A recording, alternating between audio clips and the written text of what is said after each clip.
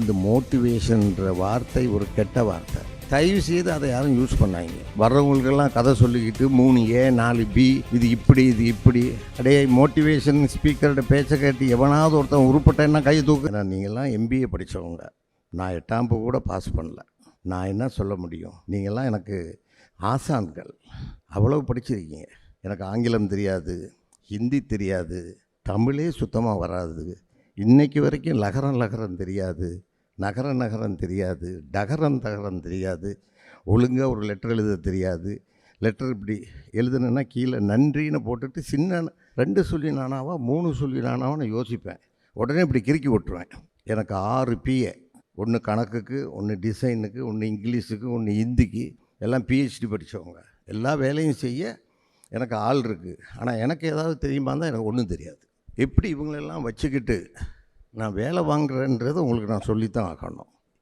நான் தான் சொல்லிட்டேனே. அதற்கும் மேலாக உருப்படாத ஒருத்தன் இருப்பானாக இருந்தால் அது என்னையே தான் காட்டுவாங்க. அவன் பாரு உருப்படவே மாட்டான். அப்படி இருந்து நான் வித்தவுட் டிக்கெட்டில் எக்மோருக்கு வந்தேன் 40 வருஷத்துக்கு வித்தவுட் டிக்கெட்டில் எக்மோரில் வந்து இறங்கி அங்கே வேலை தேடி அலைஞ்சி எக்மோர் ஸ்டேஷனில் ஒரு பிச்சைக்காரனாக, ஒரு மனநோயாளியாக 4 மாதம் இருந்தேன்.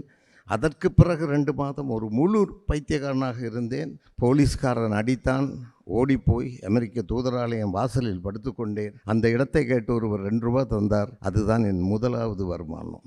உடம்பெல்லாம் ரத்தம், ஷேட்லாம் சாப்பிட்டு 6 மாதம். ஆகவே துன்பத்தின் விளிம்பில் இருந்து என் வாழ்க்கை ஆரம்பமானது. ஆனால் என்ன, அன்னைக்கு வித்தவுட் டிக்கெட் தான் ட்ரெயினில். இன்றைக்கி வானில் பறக்கும் அத்தனை உள்ளூர் விமானமாக இருக்கட்டும், சர்வதேச விமானமாக இருக்கட்டும், அது அமெரிக்கா போனாலும் சரி, ஆஸ்திரேலியா போனாலும் சரி, ஆப்பிரிக்கா போனாலும் சரி, அத்தனை விமானங்களிலும் எனக்கு இலவச டிக்கெட். அவ்வளவும் வித்தவுட் டிக்கெட். அந்த வகையில் உங்கள் மத்தியில் இந்த வித்தவுட் டிக்கெட் என்ன தான் சொல்ல போகுது? எங்கள் பாடத்திட்டத்தில் இல்லாததெல்லாம் சொல்லிக்கிட்டு இருக்காரு. எங்கள் வில்லேஜில் நாங்கள் செருப்பு போட முடியாது. வேஷ்டியை இப்படி முழுசாக கட்ட இயலாது. இந்த முழங்காலுக்கு மேலே தான் கட்டணும். துண்டு போடவே முடியாது. அவ்வளவு தீண்டாமையின் அகோர அசிங்கங்களில் எங்கள் வாழ்க்கை இருந்தது. இன்று அது வேறு. இன்று வருபவர்கள்லாம் தொப்புன்னு காலில் உழுகுறாங்க, ஆசீர்வாதம் கேட்குறாங்க. இப்போ தான் தெரியுது, சமூகத்தை குறை சொல்லாதே, நீ சரியாக இருந்தால் சமூகம் சரியாக இருக்கும்.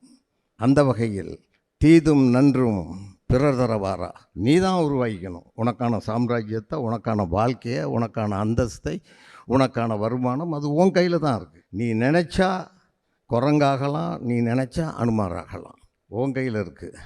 ஆகவே MBA படிக்கிற ஸ்டூடெண்ட்ஸுக்கு நான் எதுவும் சொல்ல முடியாதுன்றது எனக்கு தெரியும்.